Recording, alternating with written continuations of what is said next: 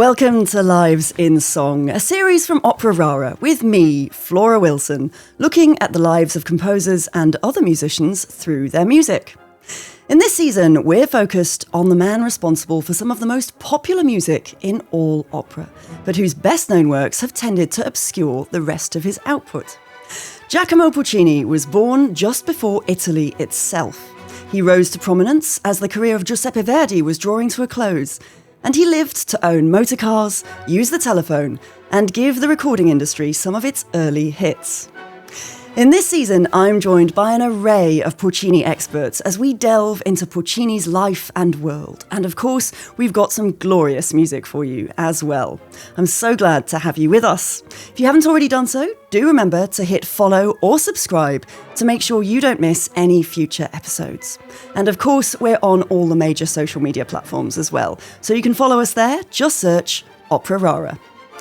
Well, today's is a very special episode. I am delighted to be joined here in the Creative Kin studio in London by conductor Carlo Rizzi, the artistic director of Opera Rara, and a man who's got his own life in song to discuss alongside Puccini's. So, as ever, lots to talk about today.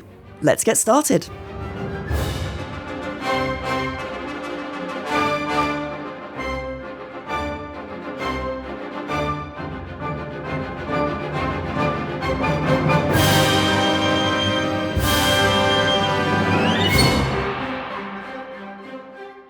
Carlo, welcome to the studio. It's great to have you with us. Thank you, likewise. I gather you're coming to us just before a rehearsal of your own with some more Puccini. Yes, we are rehearsing for the moment La Rondine of Puccini. That is one of the less known opera, but not for this reason less interesting to do it and to sing and to perform. And at the moment we are just rehearsing with the singers and the piano. This is for me, what is the most, in a way, most creative part, particularly with the work that we do in Opera Rara, because we're doing less known things. And and next week we will start recording. It must be a really exciting moment. It is because when you do a recording of an opera, of a piece or a performance, there are an array of recording of history digitally put down already. But what we do is actually we start from a tabula rasa, from the major part of the time, and in one way it's exciting. In the other way it's slightly daunting because you're the first one to do it. But the good thing for me is that we always allowed enough time to work between me and the singers. That is the most important thing before that we go into the studio to record. That is something that I really love, and you don't find that in normal production. It's so rare these days. Very. For people less familiar with Opera Rara, perhaps, just tell us a tiny bit about what your role as artistic director, what does that actually mean aside from you conducting, you preparing the singers for this particular recording? What else does that job mean? Yeah, is a role that is, again, different from an artistic director in a, let's say, normal theater. Because of a great part of what we do is actually to scout the new old. New to us. Exactly, repertoire. And so, first I just want to say immediately that I'm not alone in this. First, because I don't have the time nor the experience and the knowledge to do this. We work in strict collaboration with musicologists, and we are very, very lucky to have Roger Parker, for example, or Ditlev Rindom, and I trust them absolutely completely, because they are the one that say, well, maybe we could look at this, we could look at that. Then what I do, I then form my own opinion because, it's not necessarily true that everything that has been composed needs to be brought back to life. So some things are forgotten for good reason. Exactly. And this is where, the title, let's say, of artistic director comes, because I need to judge, again, maybe not alone. I always talk very much with the musicologist, if is a good thing to do, and so far so good. Yeah, because is a big responsibility actually. I can imagine. Now, this season of Lives in Song, as I've already said, is focused on Puccini.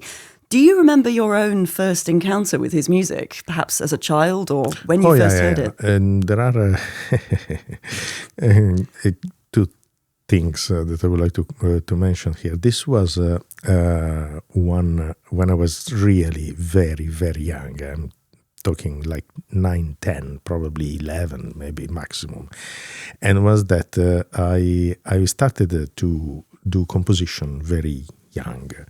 And the teacher of composition, the classic composition, he was, like a grandfather to me because I was so young. And he was absolutely passionate about opera. So he introduced me, and he was working also with singers, and introduced me to this course. And I always remember that I went out with my own money and I bought 2 scores. One was the piano score of Bohème, and the other, the piano score of Turandot. And I I remember that we have quite strict parents. You have to do this, you have to study this, blah, blah, blah, blah, blah, blah. But when they were going out, I couldn't wait for them to go out, to go to the piano, to actually play this course. At 9 or 10? Yeah, and I do remember, for me, the point that was always actually making me very, very emotional are the 20-something bars in Bohème in the 4th act, that is just before that Mimi wakes up again, or pretends to wake up again. And there is this orchestral introduction, interlude that is phenomenal. And this was the first thing that I remember of about Puccini. Then, slightly later, I am from Milano, so I was lucky enough to be at La Scala. Basically, for me, that was my nightclub. It's your local theatre. Exactly. Yeah. I was going there all the time. And the first opera that I saw Puccini was again Bohème, conducted by a certain Carlos Kleiber. So I started really, for me is, God, Carlos Kleiber. Not only for me, for many, many other conductors.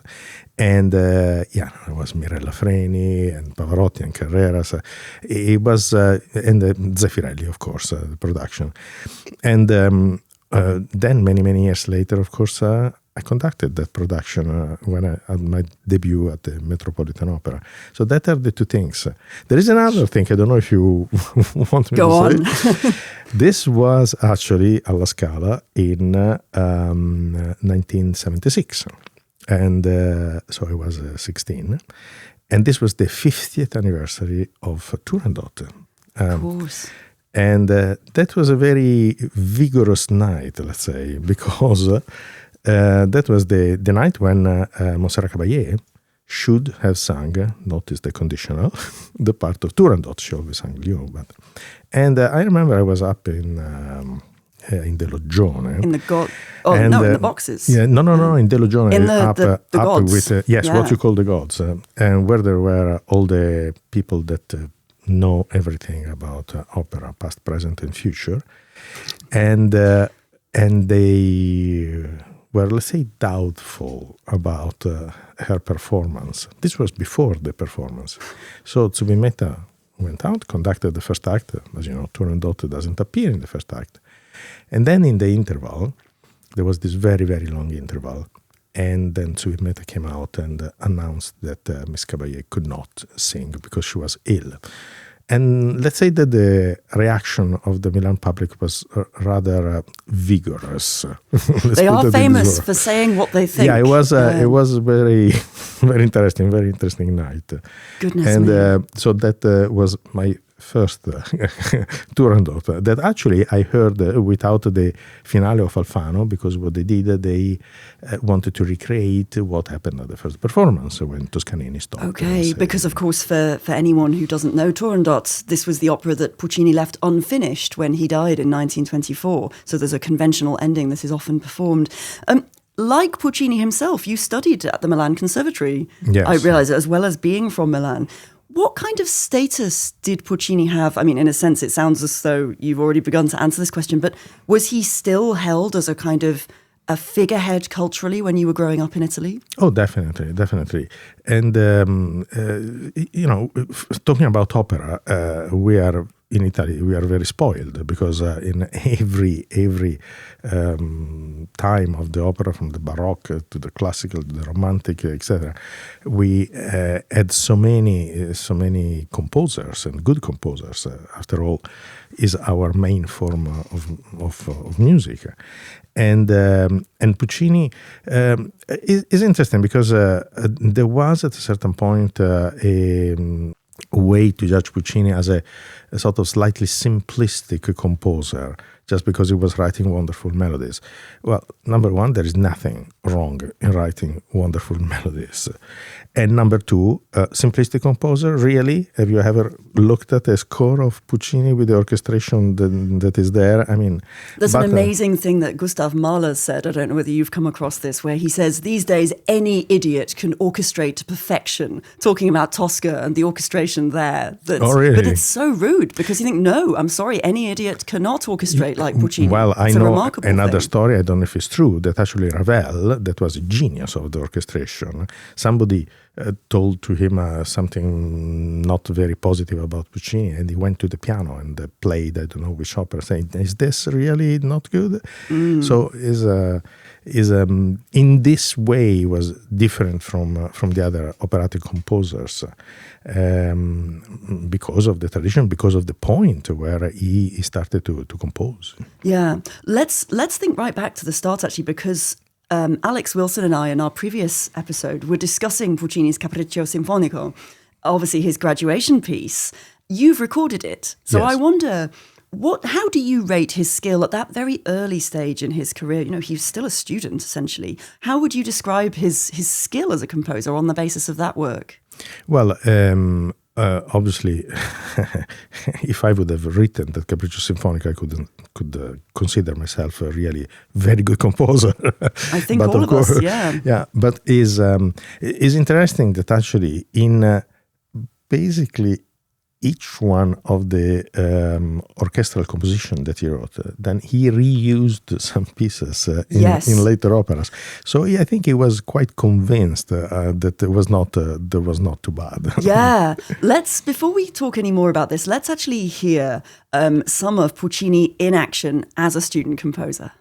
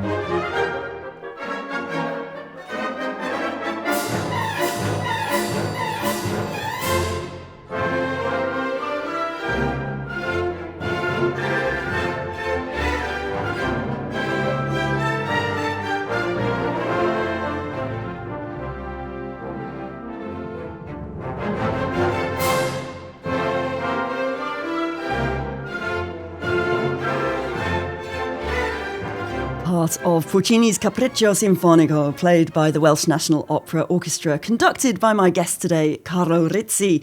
And that's from Carlo's album of Puccini's Symphonic Suites on the Signum Classics label. And there'll be more on those symphonic suites shortly.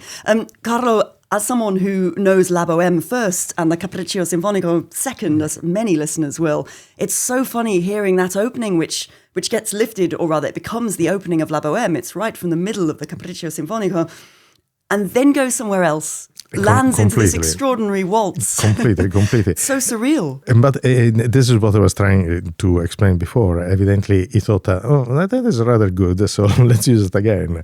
And again, that for me was a surprise the first time that I heard the Capriccio Sinfonico, because the introduction actually is a very light, romantic introduction, very soft, that finish, and then immediately, say, what? I thought it was a mistake. Yes, it's remarkable, that kind of rhythmic impetus that I associate certainly so closely with Puccini's music. It's suddenly all there. Yeah. And the orchestration, again, the way of treating the orchestra, that is not, revolutionary, but is so fine-tuned, and also this is one of his first works. But if you even go to see, La Bohème, just the difference between the orchestration of this point and in La Bohème, you can see that he adds some other instruments, some percussion. He was very strong on percussion, Puccini, but not just at a rhythmical add-up of the orchestra, but as a sound. It was a sound world that he was creating, particularly later on when he wanted to explore some other different sound world, like the more oriental with Madama Butterfly, or with Turandot. So I think even that Roman soundscape in Tosca with all the bells.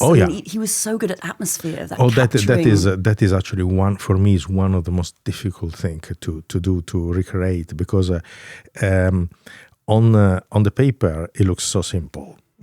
Really, really simple. But actually, the world that starts to wake up again after the night, and that is woken up by all these bells around Rome, is so difficult to recreate it in a theater, because of course, in the open landscape of around Rome, you have all the depth of the sound. But when you are on a stage, it's so important to balance all this, and not always there is the time to do it, because because of the way that the opera world works. But when it works, it's really so atmospheric, so suggestive.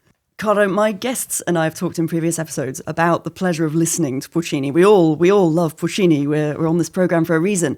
How does it feel to conduct? You were telling us a little bit just then about conducting the opening of Act 3 of Tosca, but how is there a real pleasure in sort of effectively riding or pushing along those huge orchestral swells, those extraordinary unison melodies that Puccini does so well?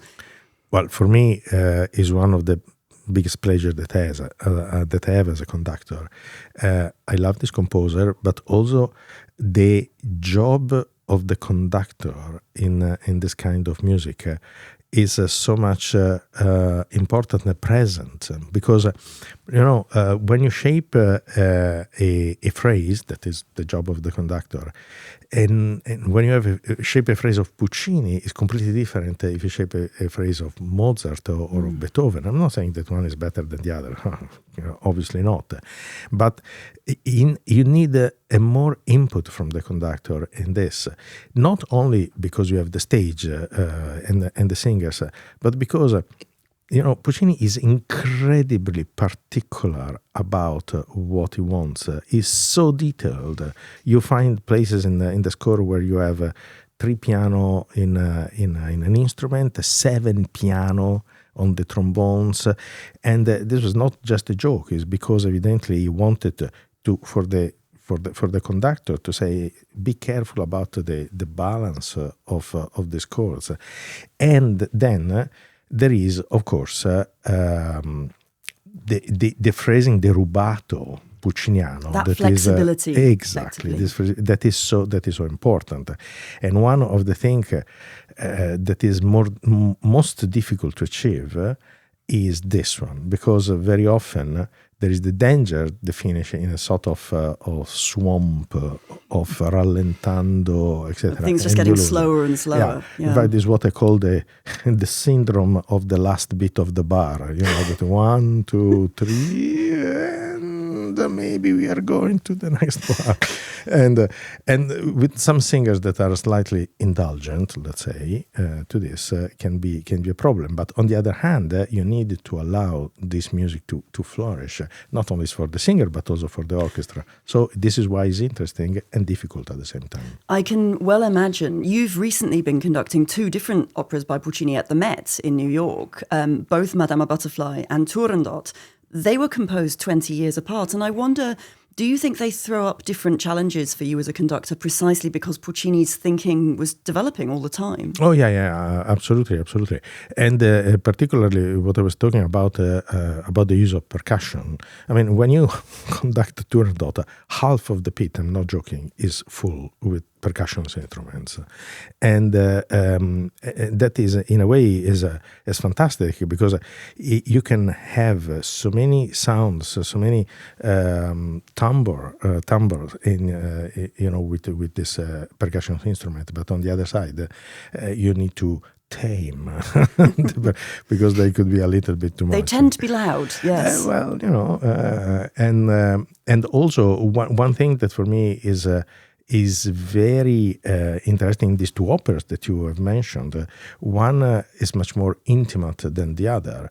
Of course, in Turandot, we have a public sphere, let's say. There is a big chorus. Exactly. Yeah. That needs to be approached in a completely different way. For example, from the duet at the end of the first act, the love duet, that is one of the most beautiful moments for me that Puccini ever wrote in opera. And that is just between Cho-Cho-san and Pinkerton.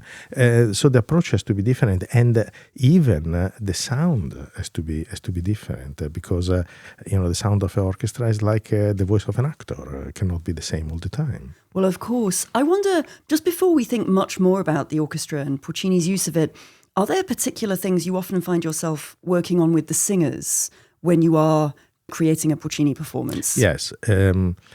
Some of Puccini roles required a lot of stamina, a lot of voice. When we talk, for example, about Tosca, all the 3 roles, there needs to be 3 singers that really have an exceptional also vocal power. But for me, the problem is that if you start to become only about this, then you really lose Puccini. Because, for example, take the role of Scarpia. That is one of the most exactly villain, but is a villain with class. It was an aristocrat. Yes. So there are all the scene of the let's call it seduction or of Tosca, and when he tried to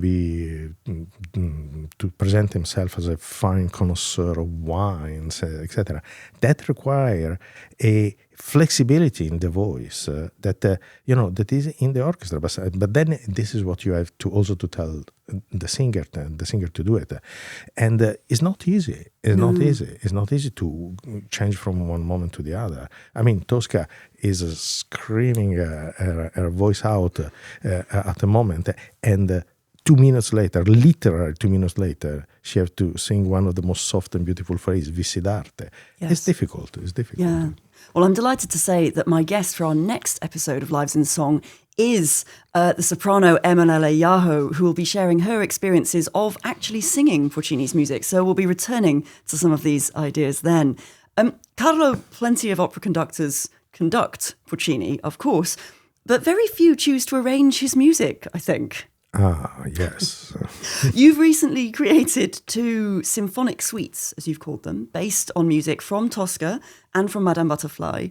Why did that project appeal? This project appealed for my passion for Puccini. You used the word arranged, and I just would like to clarify that I didn't, in a way, arrange anything. What is in there is 99.75% the music of Puccini, yes. The orchestration, not the music, the orchestration of Puccini. Because the reason why I did this is because, particularly conducting in certain places that I will not name, of course, Italian opera very often is considered a second-class citizen because is, in inverted commas, easy. and who said that. Because, particularly if you compare it to Wagner or to Strauss, that are obviously incredible composers, and Italian opera seems shorter or simpler. They are not. Shorter definitely, but not simpler. And one day I was conducting Rosenkavalier, and just after that, I conducted also the suite from Rosenkavalier. That which Strauss created himself. Exactly. Yeah. Well, he's approved. There's a little bit of debate if he wrote it, but he's approved it. And I was comparing the suite with the opera, and it's exactly the same orchestral score. There's nothing added, nothing lost. It's just the orchestral score without the voices. And it's a phenomenal orchestra, Strauss, And I was thinking, would be possible to do something like this with a composer of Italian opera? And of course, immediately there's been a big no coming to my mind, because if you think only about orchestra, what do you do? Yes, of course, you can do overture of Rossini, but or Verdi or Donizetti. But then, if you want to do the opera, Rossini, you have the violins umpa pippa pippa pippa. Then with Donizetti you have tararira, tararira. With Verdi you have pa. So not really conducive to just an orchestral moment. And then I thought about Puccini, and I said, wait a minute, here is different. And so this happened during lockdown. I just, I know these operas from memory, and I was thinking while I was actually in my house in Italy, not able to go anywhere. Yes. I was thinking, well, it is possible actually, because if you take away the voice, not because you don't like the voice, but just to show the orchestra. And this is how I put together these two, let's say, symphonic suites. And of course, I had a great fun in joining the different pieces together. And for me, the real great moment was when I did it for the first time with the Orchestra with National Opera. And this was during lockdown. It was not later we recorded it, but it was the first time. Now, the Orchestra with National Opera, they know again these two operas, Tosca and Madama Butterfly from memory. They have done it so many times and so well. And it was for me a joy and also a satisfaction to see the reaction during the first reading through, because they were smiling, saying, here we go in the other the situation, and this is why I did it. But for me, the real reason to do it, there are two. One is to show how great is the orchestration and the skills of Puccini as an orchestra composer. And the second is because I hope that, the people that go to symphonic concert and to opera are not always the same public. No. And I hope that, producing these two suites can help some people maybe to come to know in the concert hall this beautiful music. Absolutely. And some of us learned how to make sourdough bread, and you created new music for us to enjoy in the concert hall.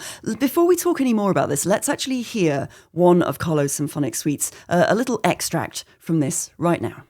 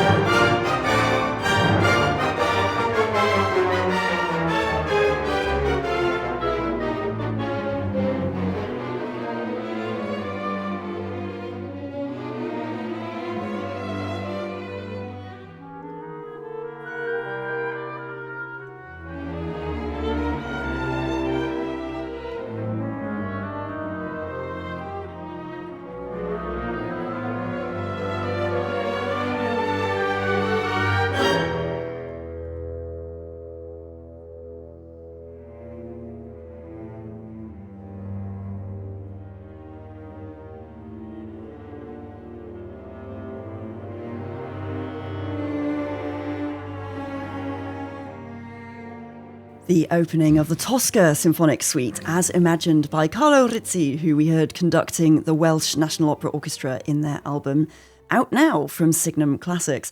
Carlo, it's so fascinating hearing that, which, of course, the opening music there is familiar to us as the opening of Tosca, as Puccini wrote it. Taking the voices out, apart from anything else, it transforms how we listen to that texture, I think. We hear all sorts of different details. Absolutely. And also transform, talking about my personal experience, how you conduct it. Because sometimes there are some moments where in the opera, with the voices, you want to keep the orchestra as a supporting element. But here, then certain instruments come out much more. Yes. And it was interesting for me to see during the recording sessions, the same players, that in the opera, they know how to do it because they've done it. And here they were asked to do completely different things because it's a symphonic piece. They're suddenly in the spotlight. Exactly. How did you go about choosing? Obviously, we heard various different music that we wouldn't then expect to hear in sequence as that. It's all Puccini's music, but not the sequence that he used. How did you go about making that particular puzzle work? Oh, that was a long process. What we have heard just now, what I recorded is, I think that on the score there is written Tosca Suite 3.0, not even 2.0, right? Because there are so many changes, and the problem is that you start to say, okay, fine, let's just do this. And then it's not so much what do I put in, but oh God, what do I have to leave out? That was the problem. And but there is no way. I try to alternate, a suite because the suite is a sequence of different movements, slow and fast. So I try to slightly alternate something more lyrical with something more dramatic, and it was depending also from the harmonically how they were fitting into each other, because I'm quite proud to say that the vast majority, not the complete connections, but the vast majority are in the real key of Puccini. But sometimes occasionally you did have to transpose, yes, in other ways. It's such an intimate way to have engaged with Puccini's scores, I would imagine.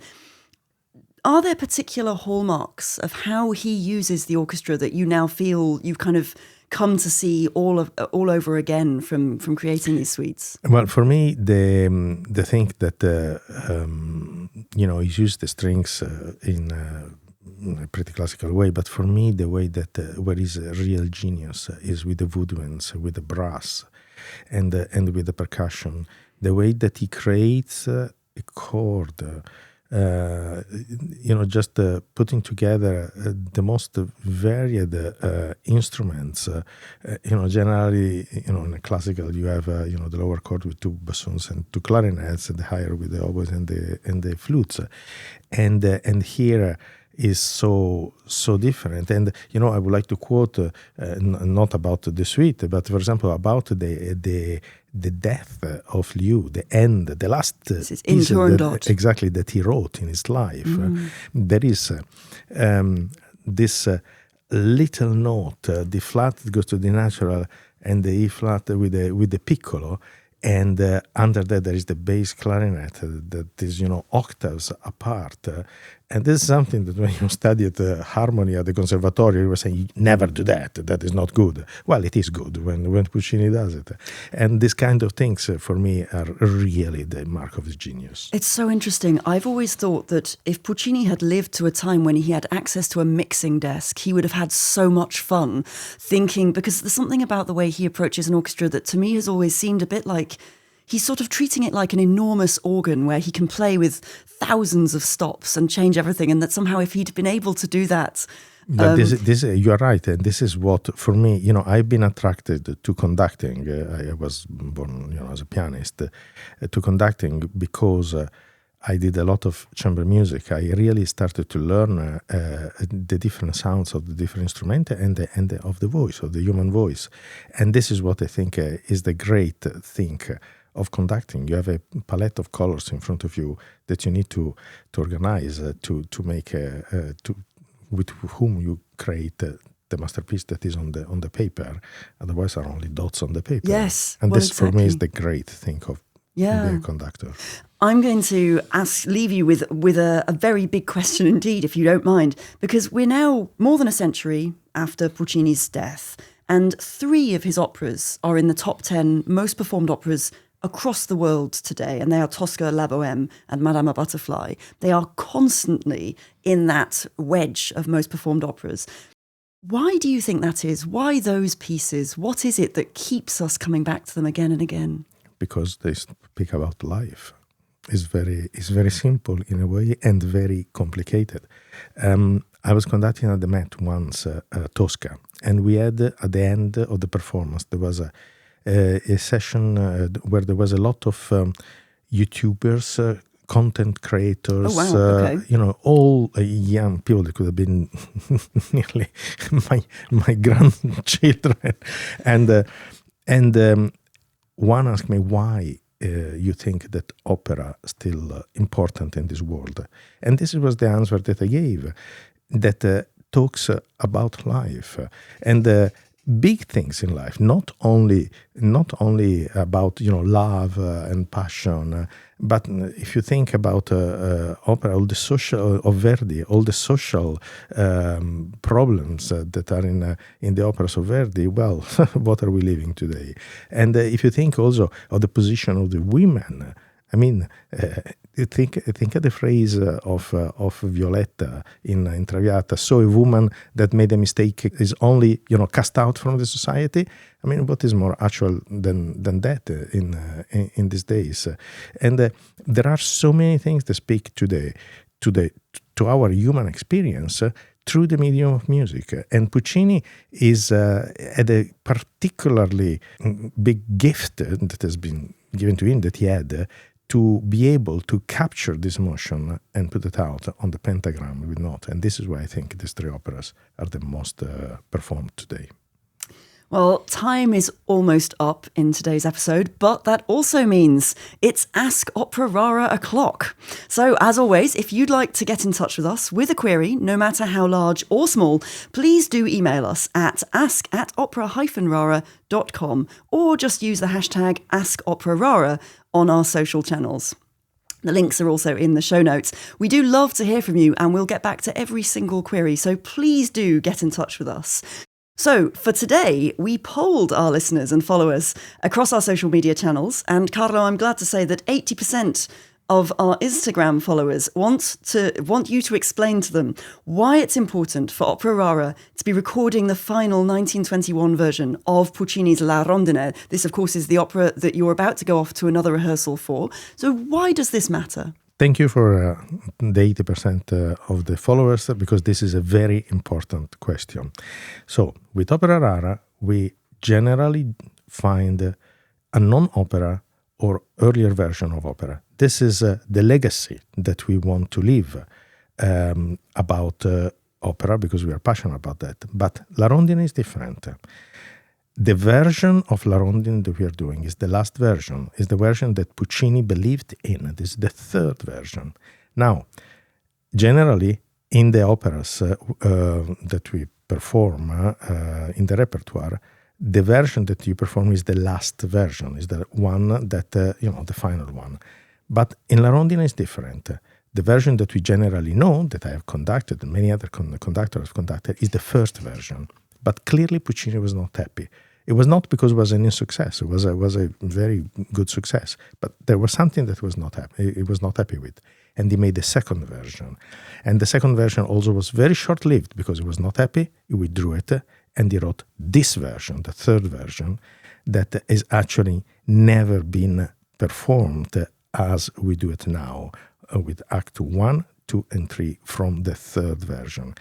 And in this case, is not just doing musical archaeology, as we generally do, but is actually trying to give a voice to this great composer of what his wishes were about this beautiful opera.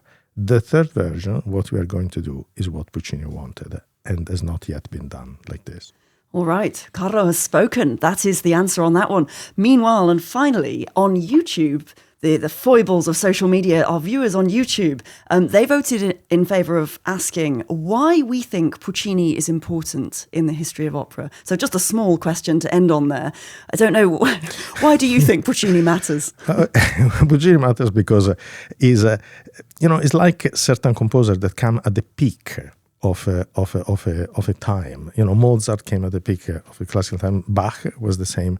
And Puccini, I think, he comes at the point when he harnesses all the past experience of the other composer in opera and produce what he produced. And that after Puccini, then the opera followed different rivulets, let's say. So Puccini has been the last one of really being a composer that has summarized in him what opera is about. It's so interesting, isn't it, that he sits on that cusp. I know I talked about this with Ditlev Rindam in one of our previous episodes, that he's really sitting there on the cusp of the 19th and the 20th centuries. He looks forwards, but building on this remarkable legacy of Italian opera.